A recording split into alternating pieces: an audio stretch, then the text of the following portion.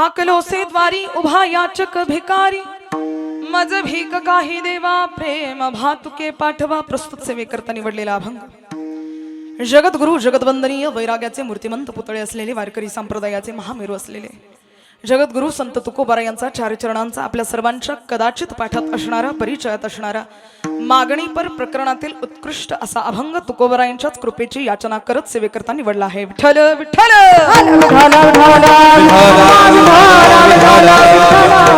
उपस्थित भगवत चरणानुरागी पुरुष आणि भक्तिमती माता, उपस्थित दृश्य शक्ती यांच्या चरणार विंदावर माझा साष्टांग प्रणिपात. भक्ती रसातील अविट आनंद आपल्या सर्वांना मिळावा यासाठी उदारपणे ज्यांनी शब्दांची उधळण आपल्या सर्वांवर केली असे असलेले ज्ञानोबाराया तुकोबाराया आदी करून संतांच्या चरणारविंदावर माझा साष्टांग प्रणिपात. मस्तक हे पायावरी, मस्तक हे पायावरी, मस्तक हे पायावरी, मस्तक हे पायावरी.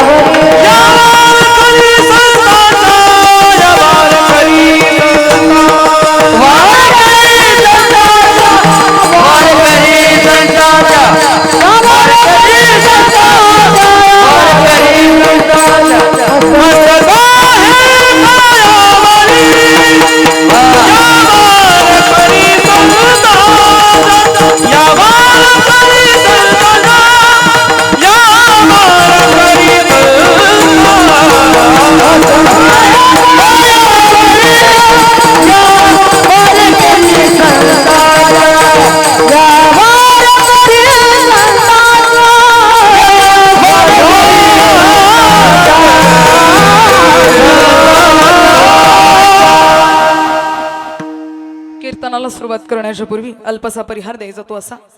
संत चरण रजांनी पावन आणि पवित्र झालेल्या आपल्या या चिखली गावामध्ये जगदंबेच्या कुशीत राहणारे आपण सर्वच जण आहोत. गेल्या असंख्य वर्षापासून आपण भगवंताचं यशगायन या ठिकाणी अविरतपणे ऐकत आहात. यावर्षी आपण सर्व ग्रामस्थांनी मला या ठिकाणी बोलवल्याबद्दल प्रथमतः सर्वांचे ऋण व्यक्त करते. मुख्यत्वाने ज्यांच्या अनुषंगाने माझं इथे येणं झालं, आपल्या सर्व मायबापांचं दर्शन झालं, अशा आदरणीय गुरुवर्य, माझ्यासाठी माझ्या आईच असणाऱ्या अगदी प्रेमळ श्रद्धेय आदरणीय रेणुकाताई जाधव आईसाहेबांचे मनापासून ऋण व्यक्त करते. त्यांच्यामुळे माझं येणं झालं आणि आपल्या सर्व मायबापांचं मला या ठिकाणी दर्शन झालं. विठ्ठल विठ्ठल.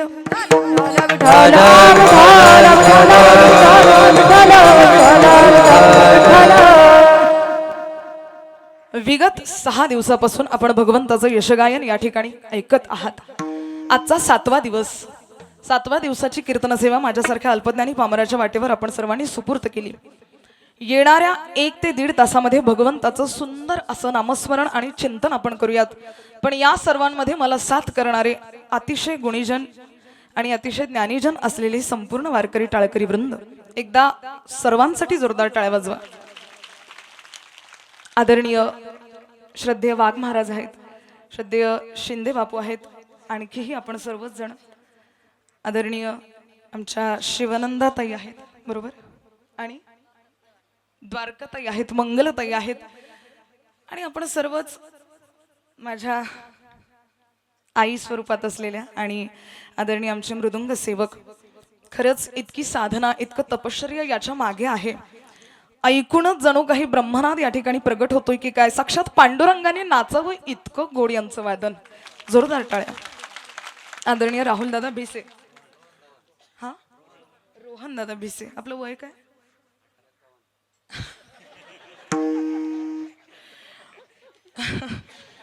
पाहिल्यावर असा तो सुकुमार चेहरा पाहिला आणि मला जाणवलं अगदी 18 वर्षाचं वय आहे. 18 वर्षामध्ये एवढी साधना, एवढी तपश्चर्या, खरंच हे खूप कौतुकास्पद आहे. एकदा जोरदार टाळ्या आपल्या रोहन दादासाठी. खूप सुंदर. आपल्या सर्वांच्या साथीने येणाऱ्या 1 ते 1.5 तासामध्ये आपण भगवंताचं यशगायन करण्याचा केवळ आणि केवळ प्रामाणिक प्रयत्न करत आहोत. विठ्ठल विठ्ठल.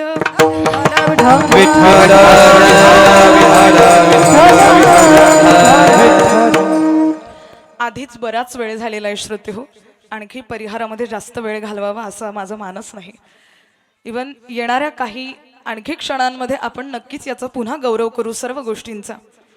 पण मुळात आपणही सर्वजण या ठिकाणी इतक्या जास्तीत जास्त संख्येने आला आहात हे खरं तर कुठल्या एका व्यक्तीचं श्रेय नाहीये. आपल्या सर्वांचं प्रेम भगवंताच्या चरणी रुजू झालेलं आहे आणि त्या प्रेमास्पदाच्या भावनेपोटी आपण इथे आला आहात. पण आपण सर्व ज्यांच्यावर अतीव प्रेमाचा वर्षाव करतो अशा असलेल्या आपल्या सर्वांच्या आदरणीय रेणुकाताई आणि त्यांच्यामुळे त्यांच्या प्रेमामुळे खरं तर आपण इथपर्यंत येतो. इतकी दाट गर्दी आणि तेही थंडी आहे ना बाहेर म्हणून म्हणते मी, एवढ्या थंडीतही आपलं इथे येणं व्हावं, भगवंताचं चिंतन आपण कानाने ऐकूयात, हा केवळ आपला प्रामाणिक भाव आणि आपण इथे आलात. खरं तर आपल्या सर्वांसाठी सुद्धा एकदा जोरदार टाळ्या वाजवा. या टाळ्या जरा जोरात वाजल्या ताई, या सर्वांसाठी, म्हणजे यांच्या स्वतःसाठी होत्या म्हणून जोरात. गमतीचा भाग वजा करा. बाहेरही थंडी आहे. आता आम्ही विदर्भातून आलोय. ऍक्च्युली मी 15 दिवसापासून सतत एक महिना झाला असेल कदाचित मी बाहेरच आहे. म्हणजे अशा उन्हाडक्या करत वगैरे नाही बरं, कीर्तन करतच फिरतीये आणि कथा करत फिरतीये. अगदी कालच रात्री 4 वाजता आम्ही घरी आलो आणि पुन्हा कालपासून कथा सुरू झाली आहे. माझा आवाज तुम्हाला जाणवत असेल, माझा आवाज बसलेला आहे थोडा. तुमचं सहकार्य मला अपेक्षित आहे. विदर्भातले आम्ही इकडे येताना मला आठवलं याकरता आपण सगळेजण असे कान वगैरे बांधून स्वेटर वगैरे घालून बसलेले आहात ना, म्हणून तिकडून येताना आता तुम्ही कसे मराठवाडा थोडासा इकडे पडतो आणि घाटावरची भाषा थोडासा बदल पडतो, आमची विदर्भाची भाषा थोडी बदल होते. येताना रस्त्यात आम्ही एका ठिकाणी गाडी थांबवली होती. 2 म्हाताऱ्या गप्पा मारत होत्या. मग मी जवळ गेली, जरा म्हटलं ऐकूयात, एरवीच यांचे केस पांढरे होत नाही, जरा अनुभव घेऊयात. काय सांगते, इथं कुठेही कामात पडू शकतं. आज कीर्तनात कामात पडलं ना ते. येताना थांबली त्यांच्याजवळ आणि ऐकलं. ती एक म्हणायला लागली, विदर्भातली म्हातारी आमच्या, म्हणे बाई लयच हिव वाजू राहिला, म्हणे लय थंडी वाजू राहिली. दुसरी म्हणे हो ना बाई लयच थंडी आहे.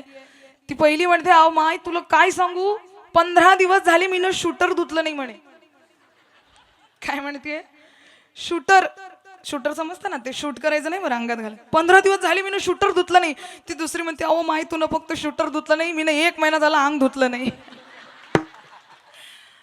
थंडीचा विषय मी तुम्हाला सांगते. पण एवढ्या कडाक्याच्या थंडीतही आपण केवळ माझ्या पांडुरंगासाठी आणि आमच्या ताईंच्या प्रेमासाठी इथे आला आहात. आपल्या सर्वांचे सुद्धा वा मनस्वी आभार. जास्त वेळ परिहारात न घालता आपण मुख्य कीर्तनाच्या गाभ्यामध्ये प्रवेश करूयात आणि उरलेला काही सारांश जो आहे आपण तो ज्यावेळी उत्तरार्ध येईल कीर्तनाचा त्यावेळी पुन्हा एकदा श्रवण करूयात. विठ्ठल विठ्ठल.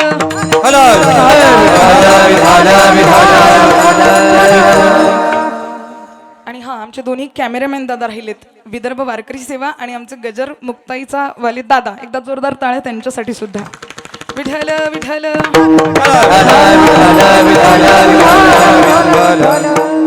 आज कथेचा 7वा दिवस. वारकरी संप्रदायाच्या दंडकाप्रमाणे आज भगवंताला काहीतरी मागायचं असतं. कुठलाही तप, कुठलाही यज्ञ पूर्ण झाल्यानंतर मनुष्य पात्रतेचा होतो काहीतरी मागण्याचा. पण नेमकं मागायचं तरी काय हे आपण आजच्या कीर्तनामध्ये जाणून घेऊयात. विठ्ठल विठ्ठल. यद्यपि आपल्या वारकरी संप्रदायाची परंपरा आणि दंडक जर पाहिला तर काही मागणे हे आम्हा अनुचित वडिलांची रीत जाणत असू. काही नाही मागायचंय देवाला. संसाराकरता मागून मागून थकलोय आपण, पण संसार अजूनपर्यंत पूर्ण व्हायचं नाव घेत नाहीयेत. गात्र शिथिल होत आहेत. आयुष्याचा सूर्य मावळतीकडे जातोय, पण माणसाची निवृत्ती संसारातून आणि प्रवृत्ती संसाराकडे परमार्थाकडे अजिबातच होत नाहीये. असंख्य प्रयत्न केले संसारासाठी मागण्याचं, पण अजूनही आपल्या संसाराच्या मागण्या पूर्ण झाल्या नाहीत. संतांनी सुद्धा मागितलं होतं. श्रोते हो ऐका, 4 भिंतीच्या आतमध्ये राहणाऱ्या माणसांसाठी तर कुणीही मागेल, पण माझ्या ज्ञानोबरायांनी विश्व कल्याणाची उदात्त भावना अंतःकरणामध्ये घ्यावी आणि या जगाचं मंगल व्हावं हे मागणं माझ्या माऊली ज्ञानोबरायांनी करावं आणि विश्वात्मक देवाला म्हणावं, देवा आता विश्वात्मके देवे येणे वाग्यज्ञे तोषावे, तोषोनी मज द्यावे पसाय दान. काय सुंदर मागणी करावी ज्ञानोबरायांनी. दुरितांचे तिमिर जाओ, विश्व स्वधर्म सूर्य पाहो, जो जे वांशील तो ते लाहो प्राणी जात. ज्ञानोबरायांना सुद्धा थोडा त्रास झाला नाही श्रोते हो, खूप त्रास झाला. आईवडिलांचं छत्र पाठीशी नव्हतं. समाजाने फार डावललं, समाजाने अनाथ करून सोडलं, पण आजही माझ्या ज्ञानोबराया आळंदीमध्ये सर्वांना सनाथ करून सोडतात. ही ज्ञानोबरायांची श्रीमंती आहे. एवढं सगळं असूनही माझ्या माऊलींनी स्वतः करता कधी काही मागितलं नाही. परमेश्वरा या जोडीमध्ये एवढं दान दे की या समाजाने मला स्वीकारावं. अजिबात नाही. अहो समाजाचं काय करायचंय, माझ्या पांडुरंगाने मला चांगलं म्हणावं. या भूमिकेमध्ये माऊली ज्ञानोबरायांनी अख्ख्या विश्वासाठी त्या ठिकाणी मागणी करावी आणि या जगाचं मंगल व्हावं. किती उदात्त भावना आहे. आपण कधी करतो का असा विचार दुसऱ्यांविषयी? आपण देवाच्या दारवंटात गेल्यानंतर माझा संसार सुखाचा व्हावा ही मागणी अविरत चालू असते आपली. वाढावे संतान, गृही व्हावे धनधान्य. देवा मुलाचं लग्न तितकं होऊ देत, मुलीचं लग्न तितकं होऊ देत, तो जे शेतीचं काम अडकलेलं आहे ना ते पूर्ण होऊ देत. चार भिंतीच्या आतला आपला हा संसार आणि आपली सुद्धा मर्यादित तेवढीच विचारशक्ती, मानसिकता. कधीतरी उदात्त आपलं मन असावं. या जगासाठी काहीतरी, विश्व मांगल्यासाठी काहीतरी आपण मागावं. पण आपण इतके आकुंचित बुद्धीचे लोक आहोत. आपलं अंतःकरण खरं तर समुद्र इतकं व्यापक असावं, आभाळ इतकं व्यापक असावं, पण आपण आकुंचित बुद्धीचे लोक कितपट गेलेलो आहेत माहिती आहे का आपल्याला? एक माणूस भगवंताकडे गेला आणि देवाला म्हणतोय, देवा माझं पोट दुखतंय. भगवंत म्हणाले, माझ्याकडे कशाला आला, वैद्याकडे जा. म्हणे, देवा ते वैद्याचा बसचा रोग नाही म्हणे, ते तुझ्याकडेच नील होईल. म्हणे, अरे झालं काय? म्हणे, शेजारच्याने गाडी घेतली, आता जोपर्यंत तिचा ऍक्सिडेंट होत नाही तोपर्यंत माझं पोट दुखायचं थांबणार नाही. असे आकुंचित बुद्धीचे लोक आपण आहोत. कुठपर्यंत हे हेवे दावे, मद मत्सर, अहंकार आपण अंतःकरणामध्ये बाळगणार आहोत? एक खरं सांगू श्रोते हो, द्वेष, मद मत्सर, अहंकार हे सगळं अंतःकरणातून निघून गेलं ना की घरीच पंढरी आणि दारातच चंद्रभागा आहे आपल्या. लक्षात घ्या. पण आपण भटकतोय, आता नाही, गेल्या असंख्य जन्मांपासून आपण भटकतोय. पण भगवत भक्तीचे वेध अजूनही आपल्याला लागलेले नाहीयेत. कधीतरी प्रयास करावा आणि त्या परमेश्वराला सांगावं, संसार व्यसनी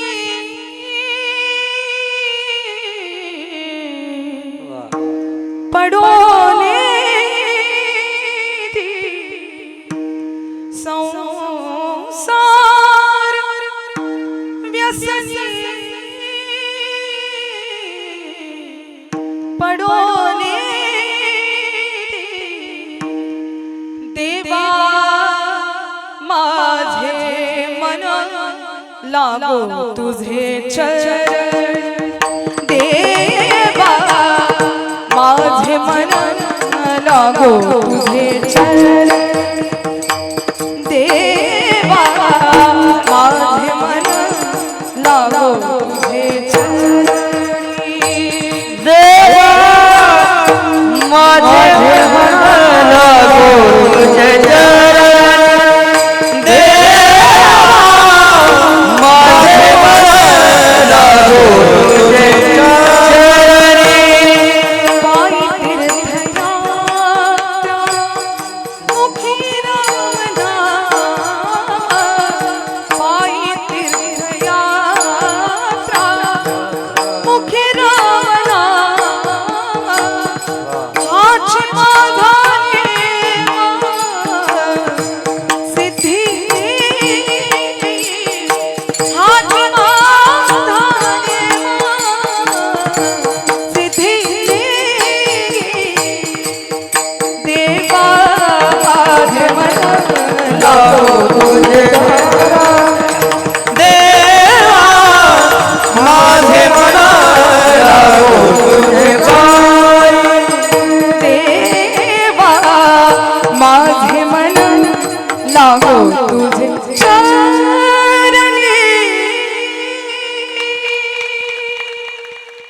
परमेश्वराला म्हणावं, एकदा या संसारातून थोडासा बाजूला कर आणि तुझ्या दारवंटात येण्याची बुद्धी दे बाबा आम्हाला. एकदा बोलाव तुझ्या दारासमोर. मागा ना कधीतरी देवाला, पण आपण हे नाही मागणार. आता तिकडून 2-4 दिवसाआधी सुद्धा माझं एक कीर्तन झालं, मागणीचं कीर्तन होतं. कीर्तन केलं आणि एक शेवटून उठून एक माणूस माझ्याजवळ आला. म्हणे, दीदी आज तुम्ही मागणी या विषयावर खूप उत्कृष्ट बोललात. आज मी सुद्धा देवाला काहीतरी मागितलं, मला आनंद झाला. म्हटलं चला काही का होईना परिवर्तन झालं. काय मागितलं म्हटलं काका? म्हणे, मी मागितलं एकदा सप्ते बंद पडले तर चालतील. म्हटलं पहिलीच मागणी अशी काय केली? दळभद्री मागणी का केली म्हटलं अशी? नाही नाही पुढे ऐका ना. म्हणे, दीदी सप्ते बंद पडले तर चालतील, एकदा काकडा आरती बंद पडली तर चालेल, एकदा लगन सराया बंद पडल्या तर चालतील म्हणे, पण जेवायची पंगत मात्र बंद नको होऊ देऊ म्हणे देवा. असं जर मागणं असेल तर ते कुठपर्यंत सिद्धीला जाणार आहे? उदात्त मागणं असावं, परमेश्वराच्या चरणी लीन व्हावं. जगाचं मंगल कर देवा, सर्वांचं चांगलं कर.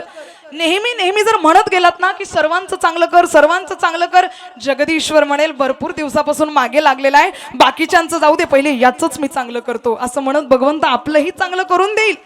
मनामध्ये दुसऱ्यांचं भलं व्हावं ही भावना मात्र जागृत व्हावी. आता सध्या हे जे तिळ संक्रांतीचे दिवस सुरू आहे की नाही, तोंडाने म्हणतो आपण तिळगुळ घ्या आणि गोड गोड बोला. खरंच गोड बोलतो का आपण? ज्याला तिळगुळ दिलं त्याच्याच कन्या काढणारे आपण आहोत. तो गेला जरा पाठमोरा झाला, काय कामाचा आहे हा विनाकारण माझं तिळगुळ याच्या पुढे गेलं, कामाचंच नाही राहिलं, विनाकारण याच्यासाठी गेलं तिळगुळ असं म्हणणारे आपण आहोत. काय आहे ना, दुसऱ्यांचं चांगलं व्हावं हे बोलणं सोपं असतं, पण दुसऱ्यांचं चांगलं झाल्यानंतर ते पाहणं कठीण असतं. बऱ्याच वेळी काय होतं, हा चांगलं व्हावं इथपर्यंत मर्यादित आहे, पण चांगलं झाल्यानंतरही मनाला आनंद व्हावा आणि वाटावं कुठेतरी चला बरं आहे चांगलं झालं. म्हणजे नुसतं या बोलायच्या गोष्टी नाहीये, अंतःकरणापासून प्रत्येक वेळी समोरच्याला आशीर्वाद प्रदान करायचे असतात. विठ्ठल विठ्ठल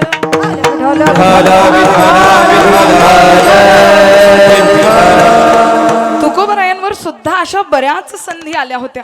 परमेश्वराने म्हणावं, तुकोबराया काही हवं असेल तर मागा ना, तुमच्या भक्तीच्या ऋणातून उतराई व्हायचंय तुकोबराया, काहीतरी मागा. काय देऊ तुम्हाला? संपदा सोहळा काही हवाय का? तुकोबराय म्हणतात, संपदा सोहळा नावडे मनाला लागला टकळा पंढरीचा, आम्हा तयाचे व्यसन तो आमुचे निज ध्यान, किंबहुना समाधान तो मिळेतई. संतांना सुद्धा व्यसन लागत होतं. ऐकताय ना श्रोते हो? गेले नाहीत ना अजून घरी? घरी नका जाऊ बरं, म्हणजे तुम्ही उठून नाही जाणार पण मनाने जाऊ शकाल. जरा इथेच बसा. संतांना सुद्धा व्यसन लागत होतं. कुठलं व्यसन?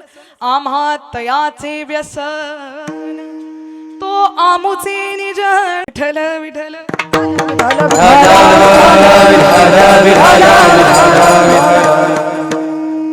सुरुवातीला राजवैभव भोगणारी ती शबरी होती, पण लग्नाच्या वेळी ज्यावेळी बोकड कापण्यात येणार होते, सर्वस्वाचा त्याग केला. आणि माझ्या लग्नासाठी जर मोक्या जनावरांचा जीव जात असेल तर मग मी लग्न करणार नाही असं म्हणून शबरीने पलायन करावं आणि मातंग ऋषीच्या आश्रमामध्ये आता तिने राहावं. मातंग ऋषींनी शब्द द्यावा, शबरी एक दिवस तुझ्याकडे रामचंद्र प्रभू येणार आहेत. काही नव्हतं तिच्याकडे सेवेशिवाय आणि भावभक्तीशिवाय, काही नव्हतं त्या शबरीकडे. तिने रात्रंदिवस एक अट्टहास करावा, प्रभू रामाने दर्शन द्यावे, प्रभु रामाने दर्शन द्यावे, गातो मुखी हरिना हरिना, गातो मुखी हरिना, अंतरी माझा रात्रंदिन तो वास करिया श्रीराम, अंतरी माझा रात्रंदिन तो वास करिल श्रीराम. श्रीराम श्रीराम श्रीराम प्रभू श्रीराम. माता शबरीने रात्रंदिवस जगदीश्वराला आळवावं आणि गुरूंच्या शब्दावर विश्वास ठेवा, माझे राम येणार आहेत, माझे राम फार दयाळू आहेत, कृपाळू आहेत. शबरीकडे काही नाहीये पण तरी तिला भेट देण्यासाठी माझे रामप्रभू येणार आहेत. किती दयाळू आहेत.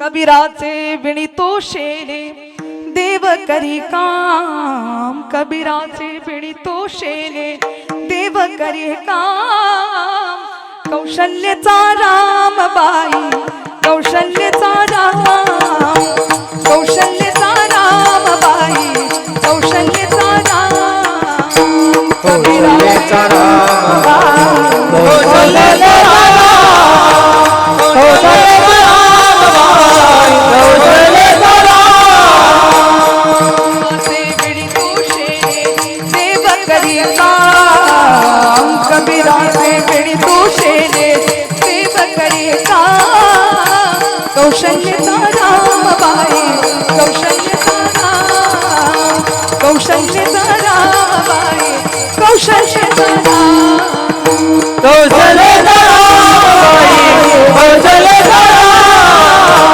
कौशल्याचा राम बाई, कौशल्याचा राम.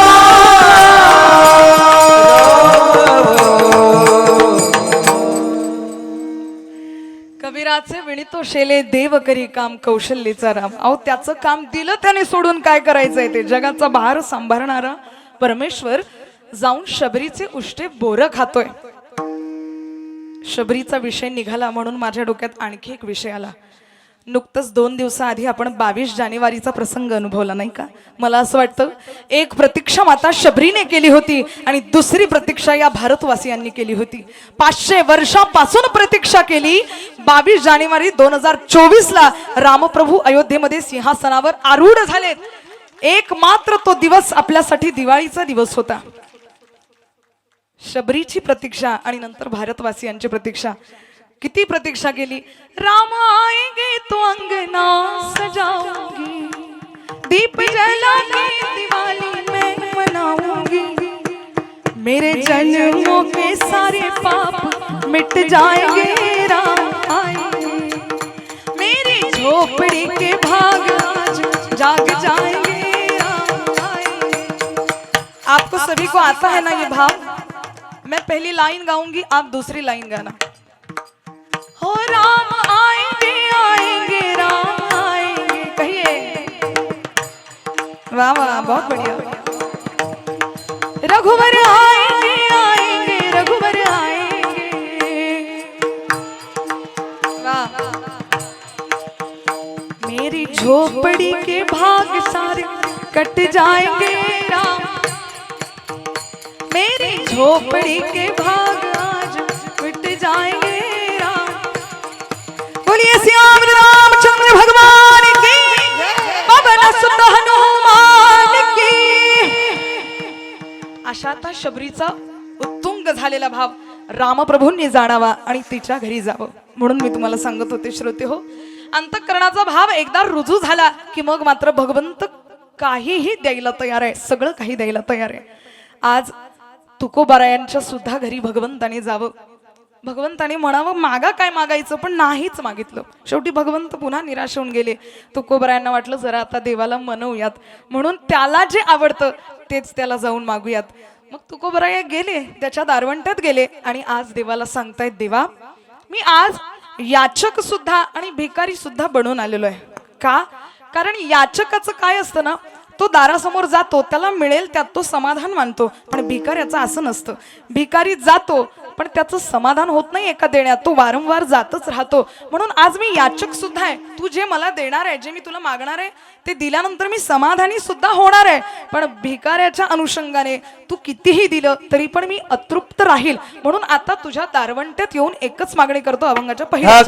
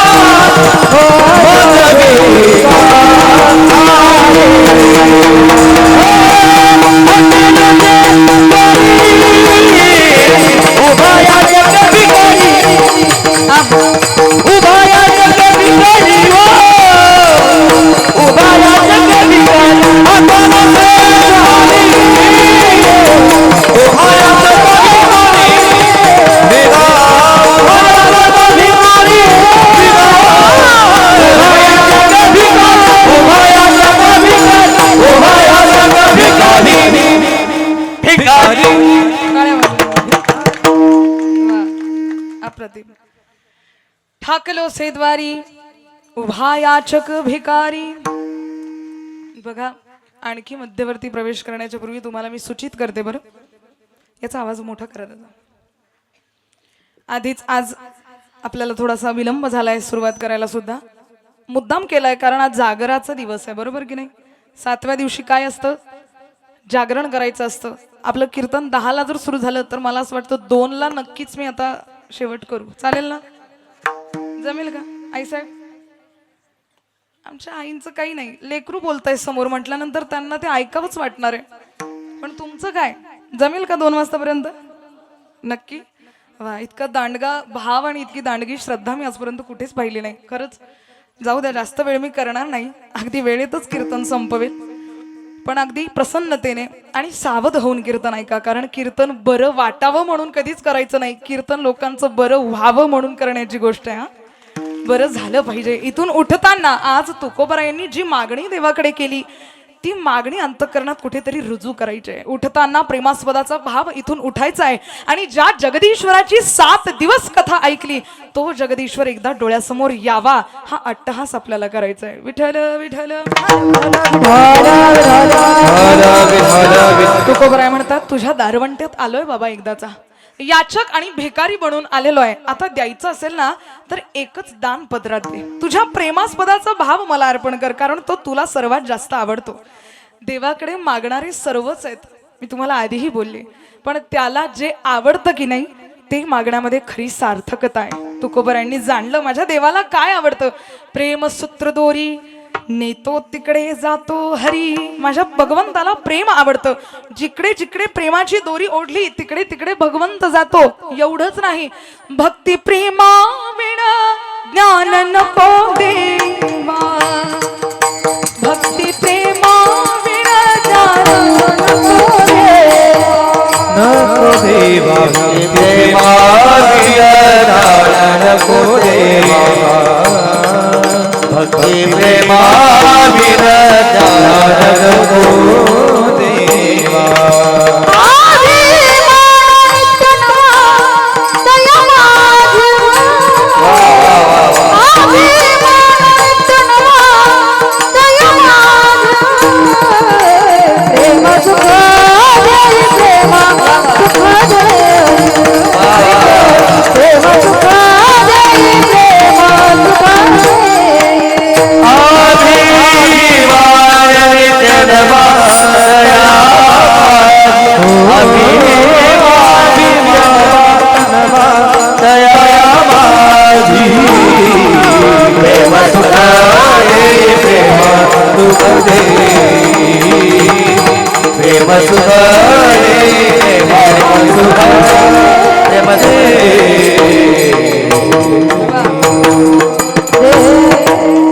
आमच्या ताईसाहेबांसाठी सुद्धा एकदा जोरदार टाळ्या वाजवा. किती गोड, खरंच आहे. प्रेमा विना नाही समाधान. प्रेम सुख दे, प्रेम सुख दे. या प्रेमाशिवाय समाधान नाही आहे. प्रेम ही एकमात्र अशी भावना आहे, अंगी प्रेमाचे भरते, नेघे उतार चढते. यामध्ये खाली वर उतार चढ अजिबातच नाही आहे. कसं आहे प्रेम, अनिर्वचनीय प्रेम स्वरूपम मुकास्वादनवद. नारदजी म्हणतात भगवंताचं प्रेम कसं आहे. ऐकताय ना सर्व, ऐकताय ना. एकतर तुम्ही मायमाऊल्यात चष्मे लावतात, आतमध्ये झोपल्या की जागे मलाही कळत नाही. वरून काही जण डोळे उघडे ठेवून सुद्धा झोपणारे असतात, म्हणून मला जरा चिंता वाटते पदोपदी. म्हणून जरा विचारत असते तुम्हाला. मी काय सांगत होते तुम्हाला? प्रेम सांगत होते ना. अंगी प्रेमाचे भरते, नेगे उतार चढते. ही प्रेम भावना अशी आहे जी कमी जास्त होतच नाही.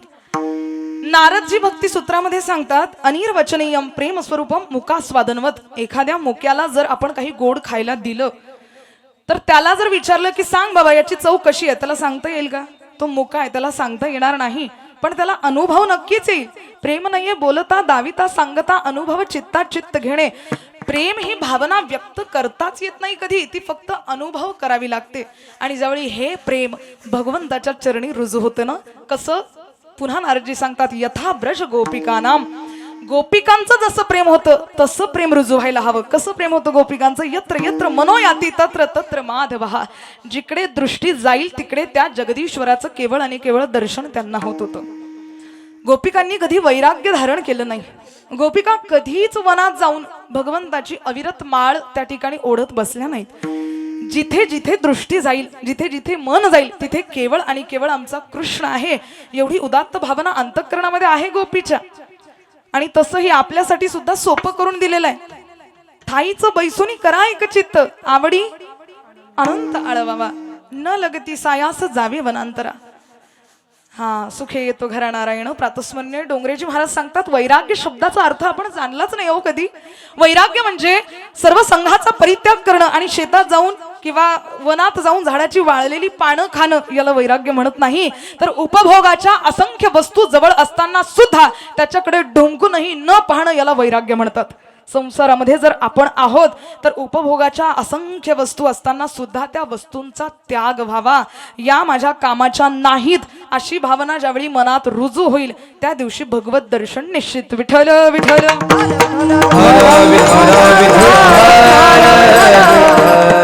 असं प्रेम दे जे नामदेवरायांनी तुझ्यावर केलं, असं प्रेम दे जे जनाबाईने तुझ्यावर केलं, असं प्रेम दे जे माता शबरीने केलं तुझ्यावर, ज्ञानोबारायांनी केलं, असं प्रेम आम्हाला दे देवा.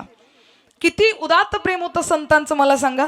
लहानगे नामदेवराया, अहो त्या बालब्रह्माने परब्रह्माकडे हट्टाला पेटावं आणि जावं त्याच्याकडे. भक्तीच्या यज्ञ कुंडामध्ये नामदेवरायांनी देहाची आहुती द्यावी आणि जगदीश्वराला म्हणावं हे एवढं दूध पिऊन घे नाहीतर कपाळ मोक्ष करेल तुझ्या समोर.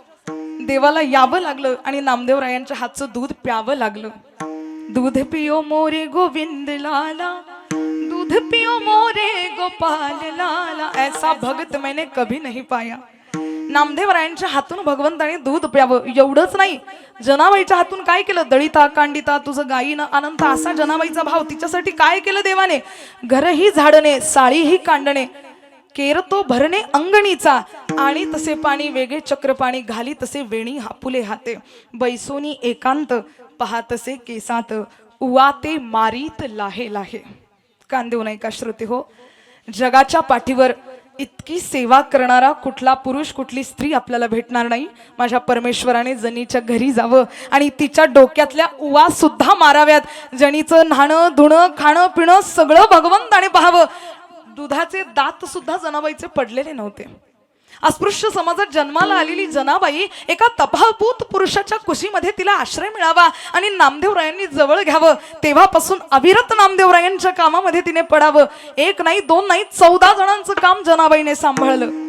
7-8 वर्षाची पोरती आणि काय अपेक्षा करावी तिच्याकडून? 14 जणांचं काम करावं. आणि सांगते माझ्या जनीने एकटीने नाही काम केलं, पांडुरंगाने धावत यावं आणि जनीच्या प्रत्येक कामामध्ये हात लावावा आणि प्रत्येक कार्य पूर्ण करून घ्यावं. किती भगवंत सुद्धा उदार आहे, खूप कृपाळू आहे, अकारण करुणावरुणालय आहे. कुठलं कारण नाही लागत त्याला भक्तांवर रुजू होण्यासाठी. मग असं जे प्रेम आहे ना परमेश्वरा, जे भक्त तुझ्यावर करतात किंवा तू भक्तांवर करतो, असं सुंदर प्रेम तुम्हाला दे. अभंगाच्या 2ऱ्या चरणामध्ये माझा भीक काही देवा, माझा भीक काही देवा, माझा भीक काही देवा, माझा भीक काही देवा,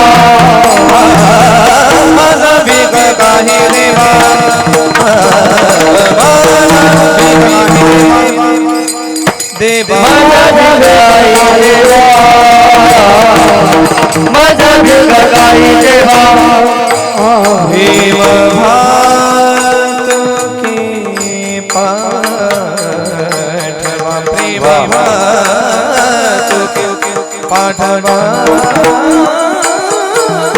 माझा भीक काही देवा माझा भीक काही देवा प्रेम बातुके पाठवा पाठवा प्रेम बातुके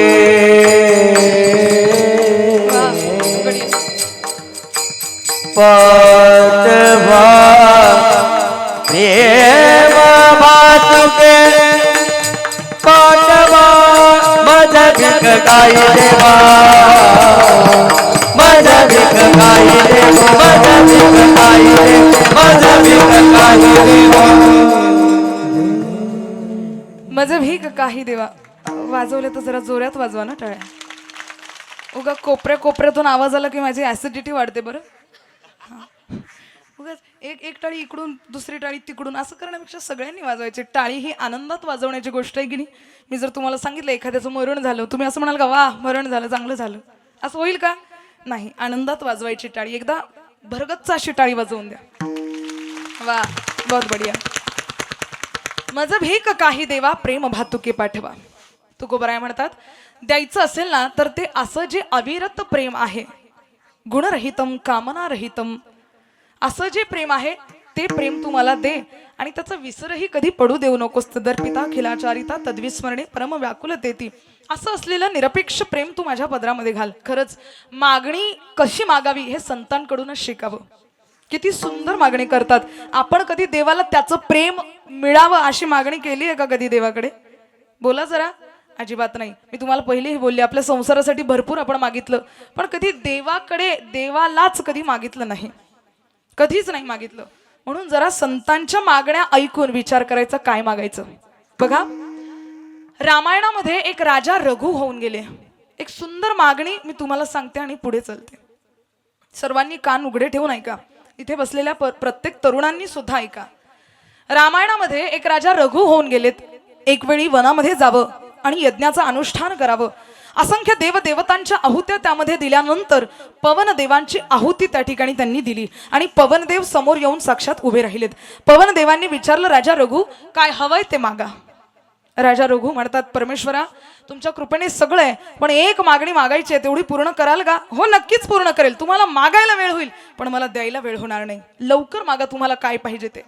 राजा रघुंनी केलेली मागणी आपल्या सर्वांच्या हृदयामध्ये अशी जपून ठेवा आणि घरी गेल्यावर तरुणांना सुद्धा सांगा. इथे बसलेल्या तरुणांनी सुद्धा ऐका राजा रघु काय मागणी करतायत.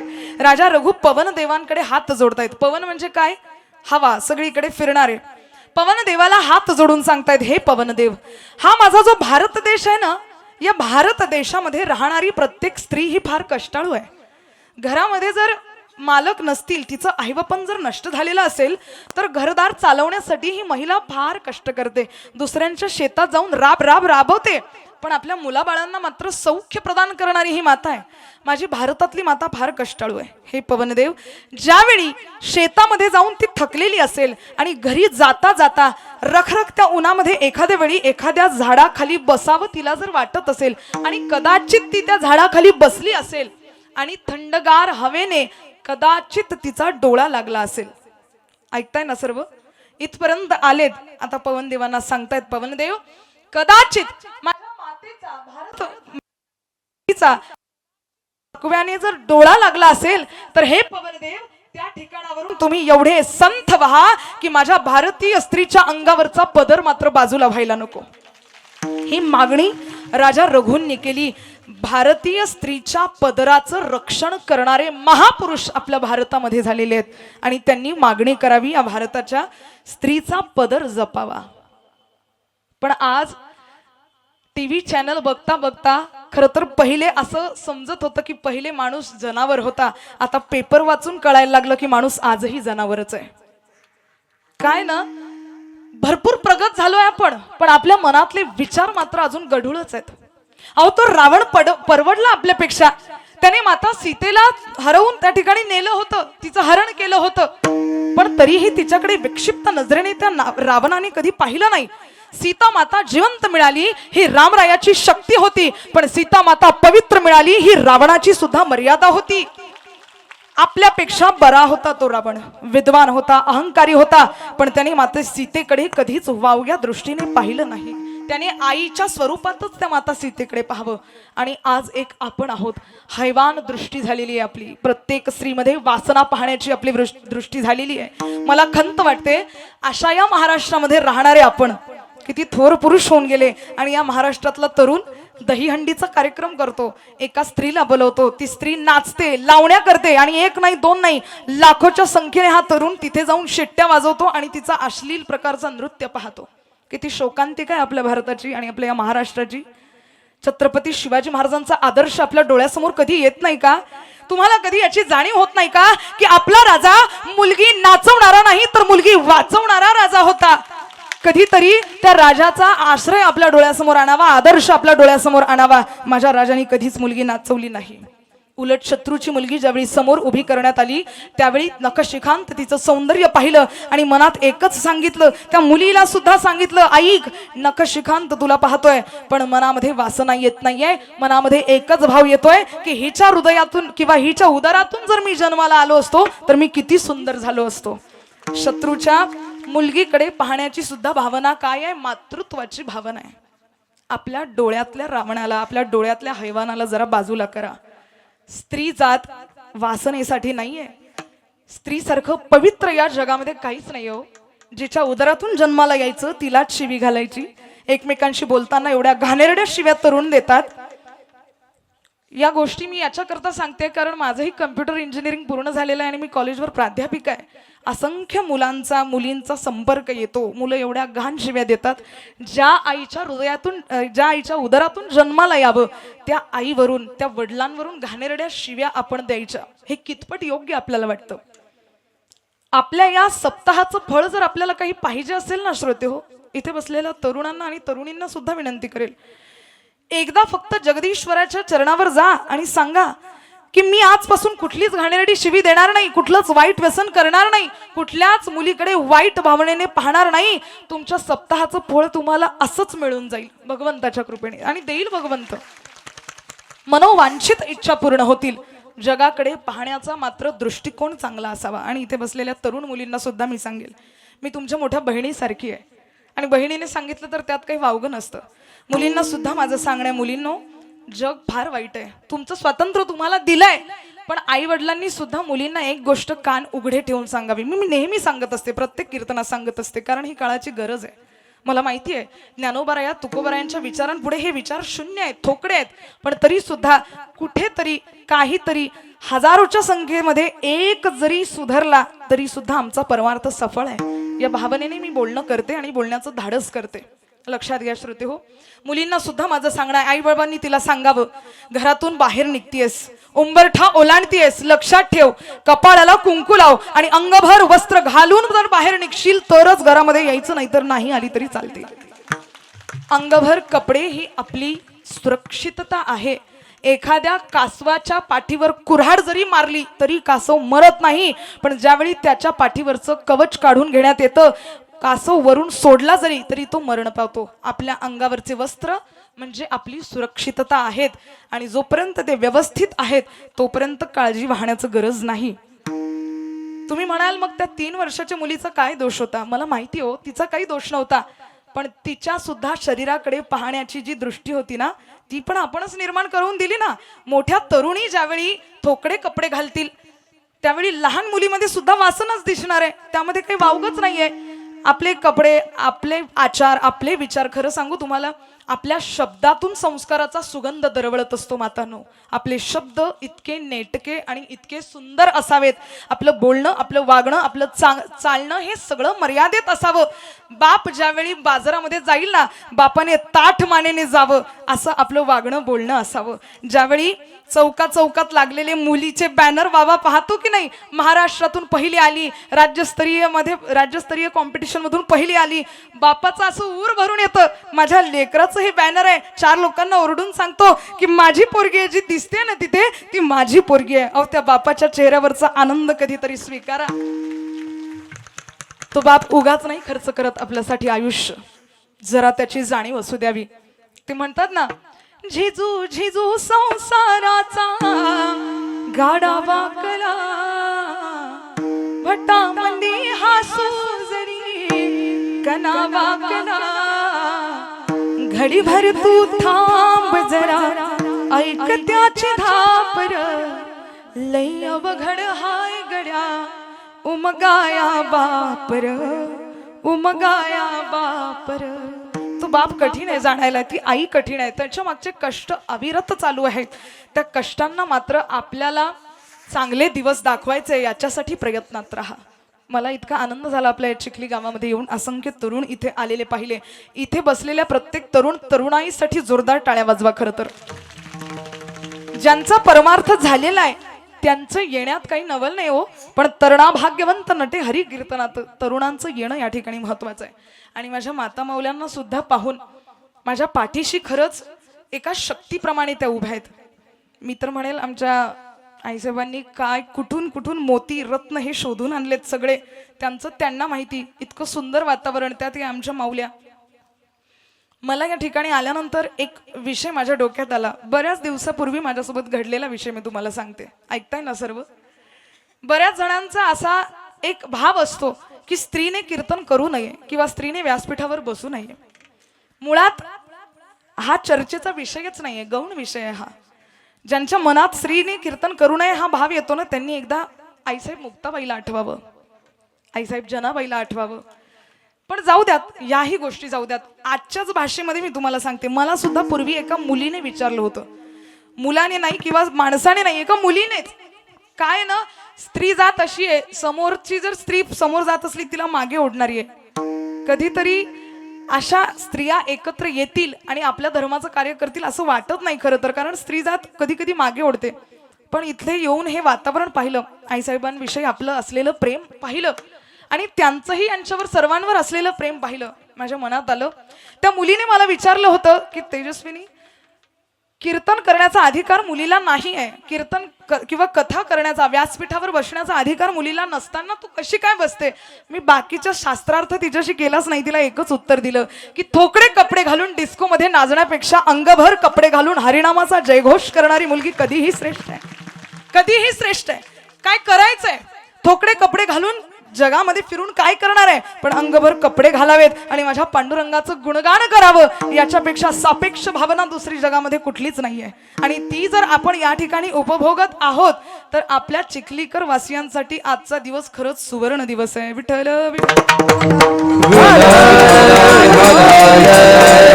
आजचाच नाही तर हा सप्ताहच पूर्ण सुवर्ण दिन. मला खरंच कळते आईसाहेबांवर आपलं नितांत प्रेम आहे आणि ते असंच राहावं.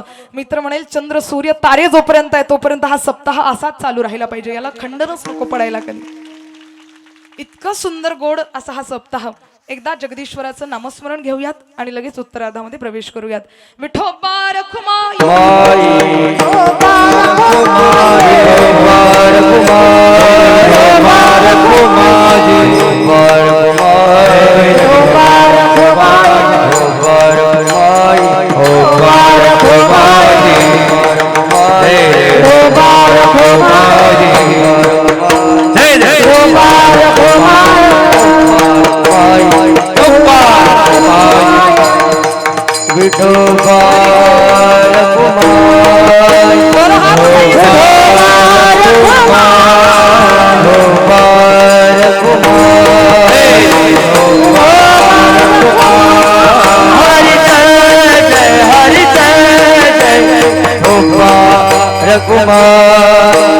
हरि हरि दे दे, हरि हरि दे दे, हरि जय जय जय, हरि जय जय जय, हरि जय हरि जय जय, गोपाल कुमार हरि जय जय जय जय, हरि जय जय जय जय, हरि जय जय जय जय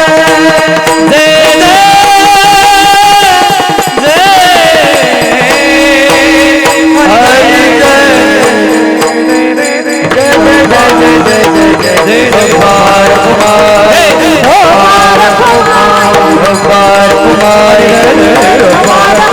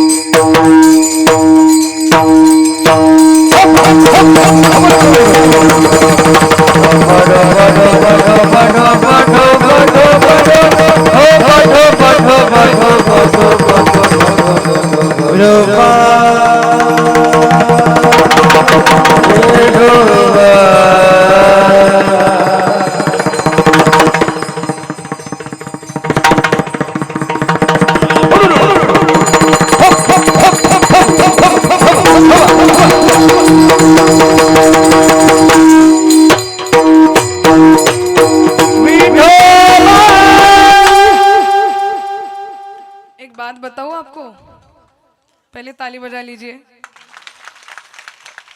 एक बात बताऊं आपको, ये सब हार देखकर हम भी आज चिखली पर अपना दिल हार बैठे हैं। इतका सुंदर आनंद, खरंच आईसाहेबांचं नियोजन अतिशय उत्कृष्ट आहे। मी खरं तर वयाने फार लहान आहे, त्यांचं कौतुक करायला सुद्धा मला कुठेतरी मनात धास्ती वाटते, पण तरी मुलीने आईने मुलीचं कौतुक करावं आणि मुलीने सुद्धा आईचं करावं या भावनेने पुन्हा एकदा या नियोजनासाठी सुद्धा एकदा जोरदार टाळ्या वाजवा। तर चला आपण उत्तरार्धामध्ये प्रवेश करत होतो। आपण ऐकत होतो अशा प्रेमाची मागणी या ठिकाणी तुकोबरायांनी केली। आपली ही वृत्ती अशीच असावी, कुठेतरी सगळ्यांचं भलं व्हावं ही भावना मात्र अंतःकरणामध्ये असावी। आता तुकोबराय म्हणतात, आता परत जायला लावू नकोस, माघार घ्यायला लावू नकोस। तुझ्या दारात जर प्रेमाची उपेक्षा करण्यासाठी आलोय ना, प्रेमाची मागणी करण्यासाठी आलोय ना, तर आता आमची तू उपेक्षा करू नको। म्हणून अभंगाच्या 3ऱ्या चरणात याचकाचा भार, याचकाचा भार, याचकाचा भार, याचकाचा भार, याचकाचा भार, याचकाचा भार, याचकाचा भार, याचकाचा भार, याचकाचा भार, याचकाचा भार, याचकाचा भार, याचकाचा भार, याचकाचा भार, याचकाचा भार, याचकाचा भार, याचकाचा भार,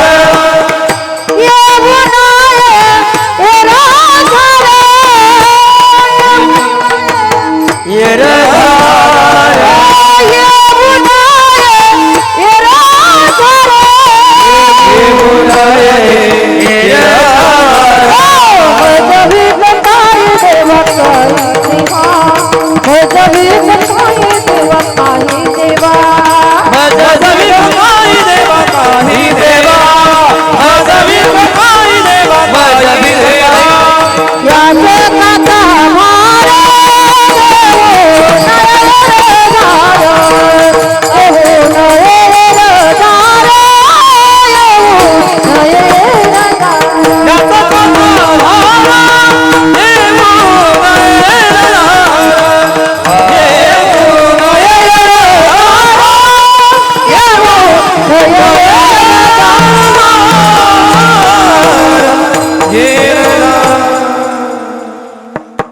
जोरदार टाळ्यांनी स्वागत करा ताईचं.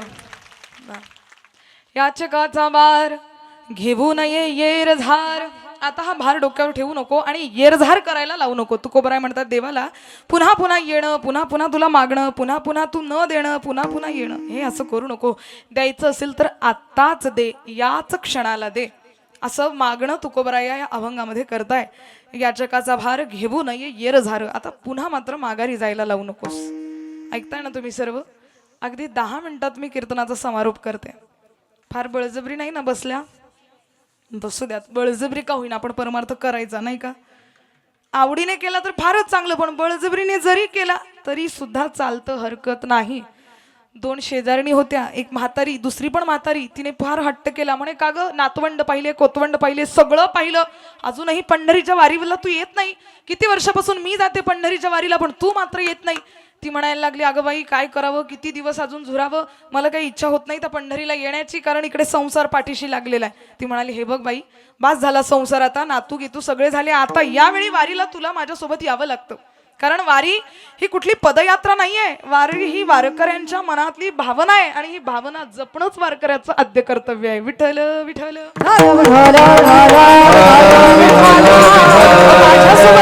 वारीला चल म्हणते, हट्ट करते, चल तुला चलावं लागतं. हिने बळजबरी, मी तुम्हाला बळजबरीचा विषय सांगते.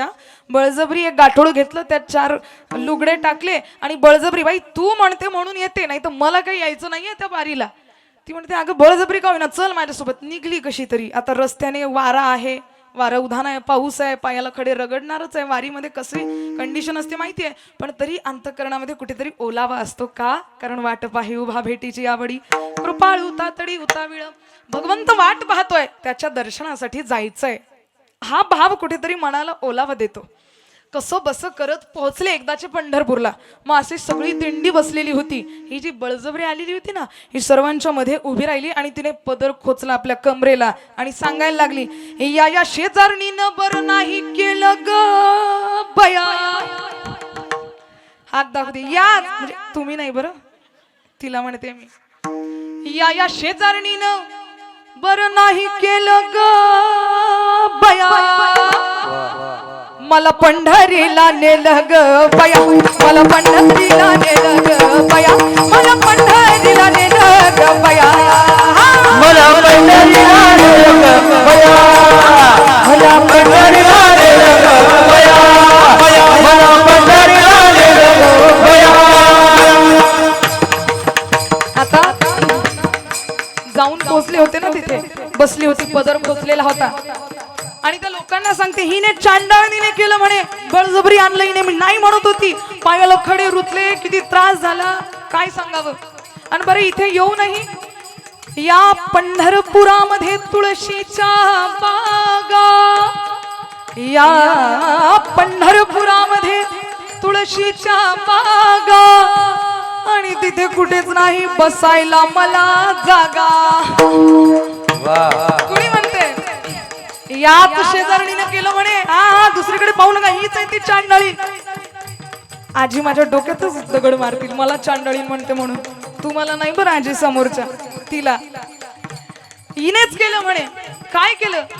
या शेजारणीनं, या शेजारणीनं, या शेजारणीनं बरं नाही केलं बया, मला पंढरीला नेलं ग बया, मला पंढरीला नेलं ग बया, मला पंढरीला नेलं ग बया, मला पंढरीला नेलं ग बया, मला पंढरीला नेलं ग बया, बया, बया. एक बार जोरदार ताली. तुमच्यात नाही ना अशी कोणी शेजारी? आहे का? चांगली आहे, अशी असली तर चांगली आहे ना तुमची शेजारी. आमच्या आईसाहेब आहेत ना, तुम्हाला सर्वांना म्हणतात ना, चला पंढरीला, चला सप्ताहाला, चला कीर्तनाला. अशी शेजारी पाहिजे. आणि जी म्हणेल मागच्या गल्लीत भांडण सुरू आहे, चल जरा पाहून येऊ, जायचं नाही तिच्यासोबत. देखिए संग भी किसका हमें करना है.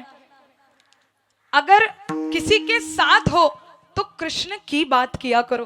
गौर से सुनिएगा जरा. अगर किसी के साथ हो तो कृष्ण की बात किया करो, और जब एकांत में हो तो कृष्ण से बात किया करो. जर एकांतात असाल तर जगदीश्वराशी बोला, आणि लोकांतात असेल तर त्याच्या विषयी बोला. म्हणून असा जो परमार्थ आहे, हसत खेळत आपण करणारे आहोत, आणि असाच परमार्थ खरं तर माझ्या भगवंताला सुद्धा आवडतो. आता मात्र तुकोबराय म्हणतात परत जायला लावू नकोस, पण हो एक लक्षात ठेव देवा, जोपर्यंत माझ्याकडून तू सेवा घेत नाही ना तोपर्यंत हेही दान पूर्णतः देऊ नकोस. कारण सेवा जोपर्यंत करणार नाही तोपर्यंत मेवा मिळणार नाही. देरे हरी पलंगावरी असं चालेल का? अजिबात नाही. परमेश्वरा, आधी नामस्मरणाची सेवा आमच्याकडून करवून घे, मग प्रेमाचं दान आमच्या पदरात टाक. अभंगाच्या तुका चौथ्या म्हणे दान, तुका म्हणे दान, तुका म्हणे दान, तुका म्हणे दान, दान, दान, दान, तुका म्हणे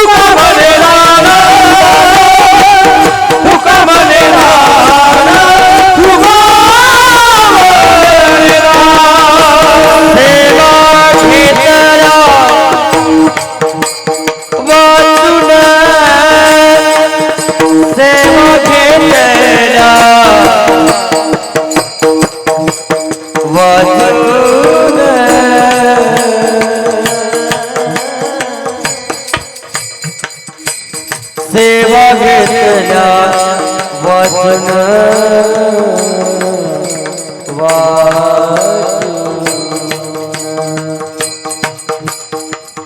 मज भिकाय सेवा प्रेम भक्ति पटवा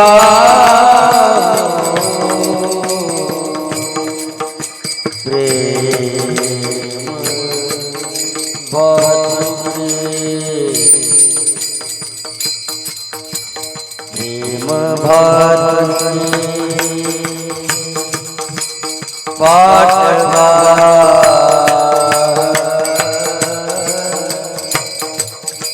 प्रेम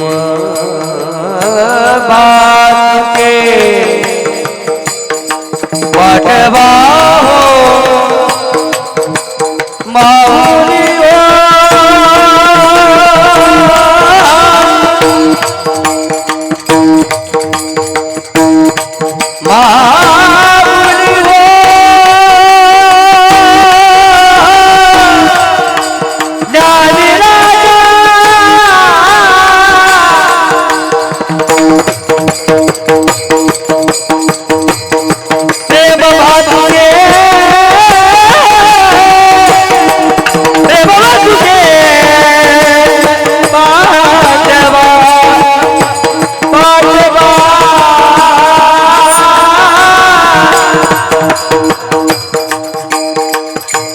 प्रेम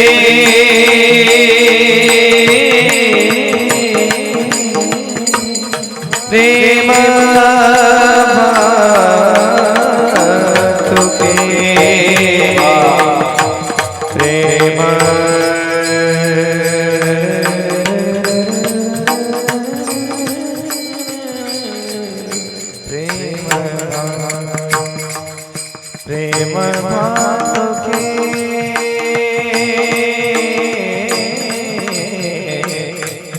प्रेम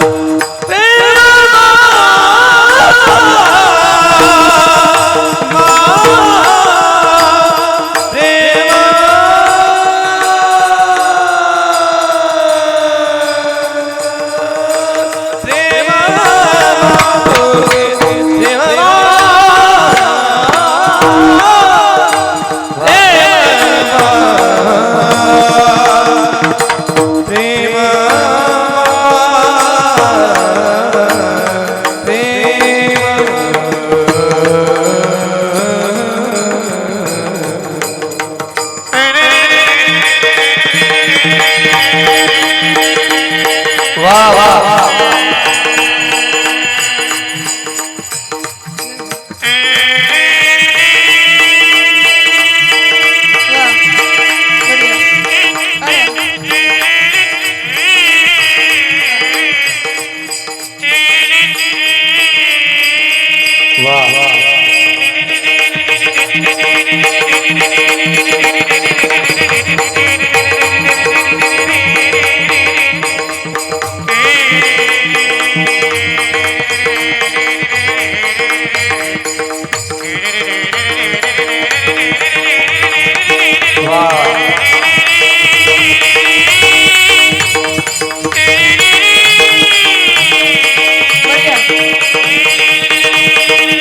टाळी टाळी टाळी वा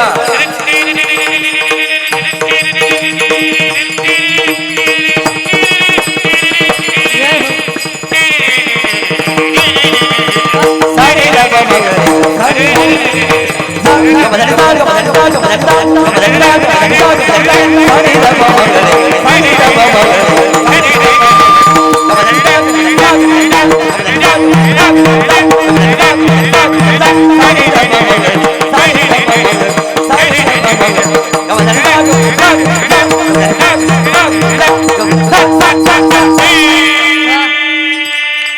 जोरदार टाळ्या कडकडा ठेवू द्यात आणखी जोरदार टाळ्यांनी वा अप्रतिम खूप सुंदर तुका म्हणे दान सेवा घेतल्या वाचून आता सेवा आधी घे आणि नंतर हे दान दे स्वर्गातून पुष्पांची वृष्टी होते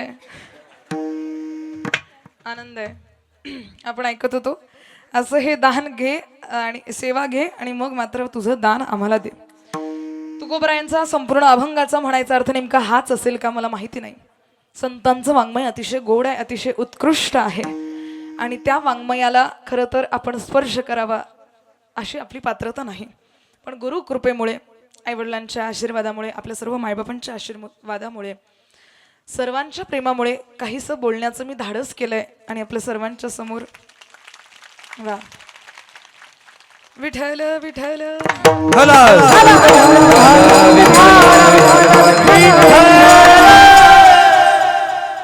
माझे राहू दे आता म्हणजे टाकण्याच्या आधीच सांगितलेलं बरं ते म्हणतील तसंही आम्ही काही टाकणार नव्हतो आधीच भरपूर हार घातले म्हणे माझाही जीव गुदमरायला लागला होता आता ते हार इथपर्यंत आले म्हटलं आता इथपर्यंत जायला नको खरं तर हे प्रेम आहे आपल्या सर्वांचं सुंदर असं प्रेम आहे असू दे आता आपण काय ऐकत होतो हा आम्हाला हे पाहिजे म्हणे ते ऐकत काय होतं ते गेलो कुणीकडे गमतीचा भाग वजा करा तुमच्या डोळ्यावरची धुंदी जावी म्हणून मला हे सगळं बोलावं लागतं आपण ऐकत होतो की अशा प्रकाराने हा अभंग केवळ सोडवण्याचा प्रयत्न केला पूर्णतः सोडवला किंवा पूर्णतः निरूपण केलं असं म्हणता येणार नाही अल्पशा बुद्धीला जसं जमलं तसं आपल्या सर्वांच्या समोर प्रस्तुत करण्याचा प्रयत्न केला गेल्या 1 तासापासून आपण सर्वजण माझे बोबडे बोल आपण ऐकत आहात प्रभू तुम्ही महेशाची मूर्ती आणि मी दुबळा अर्चित असे भक्ती आपल्या सर्वांच्या चरणी मी ऋण व्यक्त करते त्यानंतर मला साथ करणाऱ्या आमच्या संपूर्ण या माझ्या आईच असलेल्या यांच्यासाठी एकदा जोरदार टाळ्यांनी आपण स्वागत करूयात गायनाची अतिशय उत्कृष्ट साथ दिली गंधर्वाचं गायन सुद्धा फिक्क पडावं गंधर्वाचं वादन सुद्धा फिक्क पडावं इतके गुणीजन हे मंडळी आदरणीय शिंदे महाराज आहेत आदरणीय वाघ महाराज आहेत आणि नाव सांगा ना आपलं महाराजांचं अनिल महाराज आहेत अनिरुद्ध महाराज आहेत आपणही दादा श्याम महाराज आहेत आदरणीय आमच्या ताई द्वारका ताई आहेत मंगला ताई आहेत आणखीही सगळेजणी आहेत एवढं सुंदर अच्छा मंगलाताई आणि द्वारकाताई एकच आहे का मला वाटलं वेगवेगळे आहेत का असू द्यात एकदा सर्व गुणीजन वृंदांसाठी जोरदार टाळ्या वाजवा आणि मूर्ती लहान पण कीर्ती महान असं असलेले आमचे रोहन दादा भिसे उत्कृष्ट त्यांचं वादन खरंच कौतुक करावं तितकं थोडं वा कौतुक करावं तितकं थोडं इतकं सुंदर त्यांचं वादन आहे आणि मला या ठिकाणी बोलवल्याबद्दल आमच्या आईसाहेब ज्यांचं प्रेम असंच कायम राहू खरं सांगू तुम्हाला आजपर्यंत आमची भेट कधी झाली नव्हती ज्यावेळी मुक्ताबाईवर आपण आल्या होतात प्रवचनासाठी माझ्या अंतःकरण त्यांच्याविषयी एक आदर पहिल्यापासून आहे त्यांची भेट झाली नाही पण आहे. मी यूट्यूबवर लाईव्ह त्यांचं प्रवचन ऐकलं त्यावेळी ताई, आणि इतकं सुंदर वाटलं मला की कधीतरी त्यांचा संग मला मिळावा अशी अपेक्षा होती आणि जगदीश्वराने ती अपेक्षा पूर्ण केली. त्यांच्या सानिध्यामध्ये थोडा वेळापुरती का होईना येण्याचा माझा योग आला. आमच्या आईसाहेबांसाठी जोरदार टाळ्या वाजवा एकदा. एवढं सुंदर नियोजन, वर्षभरामध्ये इतका आनंद आपल्याला ते प्रदान करतात. खरं तर या ऋणातून आपण कधीच उतरही होणार नाही, इतका आनंद या ठिकाणी हा आहे. तसेच आदरणीय माझे वडील सुद्धा हरिभक्तीपरायण नारायणदासजी महाराज पाठक, ज्यांच्याकडून माझा हे जी वाणी आपण ऐकत आहात त्यांच्याकडूनच हे सगळं प्रदान झालेलं आहे. आदरणीय आमची आई सुद्धा, आणि आपण सर्वच जण मोठ्या श्रद्धेने प्रेमाने इथवर आलात. सर्वांच्या हृदयस्थ परमात्म्याला नमस्कार करते आणि झालेली सेवा पंढरीनाथाच्या चरणारविंदावर सुपूर्त करते. आणि हा, 2 आमचे कॅमेरामॅन दादा आहेत, विदर्भ वारकरी सेवावाले एक दादा आहेत आणि एक गजर मुक्ताईचा असं त्यांच्या चॅनलचं नाव आहे. चॅनलवर आपल्याला हे सगळे कीर्तन वगैरे बघायला मिळतात आहेत. एकदा आमच्या दादांसाठी सुद्धा जोरदार टाळ्या वाजवा. आमचे चोपदार बाबा आहेत, एकीकडून आमचे विणेकरी दोन्ही आईसाहेब आहेत, यांच्यासाठी सुद्धा जोरदार टाळ्यांनी स्वागत आपण करूयात. आणि महत्वाचं म्हणजे साऊंड सिस्टीम वाले दादा, काय नाव आहे दादाचं, काय नाव आहे? सज्जन. हा, सज्जन आहे, बरं झालं दुर्जन नाही आहे. आमच्या सज्जन दादांनी खरंच सज्जन काम केलं. एकदा जोरदार साऊंड साठी टाळ्या वाजल्या पाहिजे. बहुत बढिया, बहुत उत्कृष्ट, खूप सुंदर. माझा आवाज खरंच बसलेला आहे. सलग कथेवरून इकडे आली आहे, रात्री पण पोहोचले, पुन्हा कथा दाताळ्याला सुरू आहे. जर योग आला तर याल दाताळ्याला सुद्धा, तर त्यामुळे थोडा आवाज बसलाय. पण तरी त्यांनी इतकं सुंदर सांभाळून घेतला, मला जाणवलंच नाही की मला कशाला काही त्रास होतोय म्हणून आमच्या दादांचे सुद्धा ऋण व्यक्त करते. झालेली सेवा पंढरीशाच्या चरणारविंदावर सुपूर्त करते. आमच्या वहिनींचे सुद्धा ऋण व्यक्त करते, सरांचे सुद्धा ऋण व्यक्त करते. पंढरीशाच्या चरणी ही सेवा सुपूर्त करते. ज्ञानेश्वर माऊली.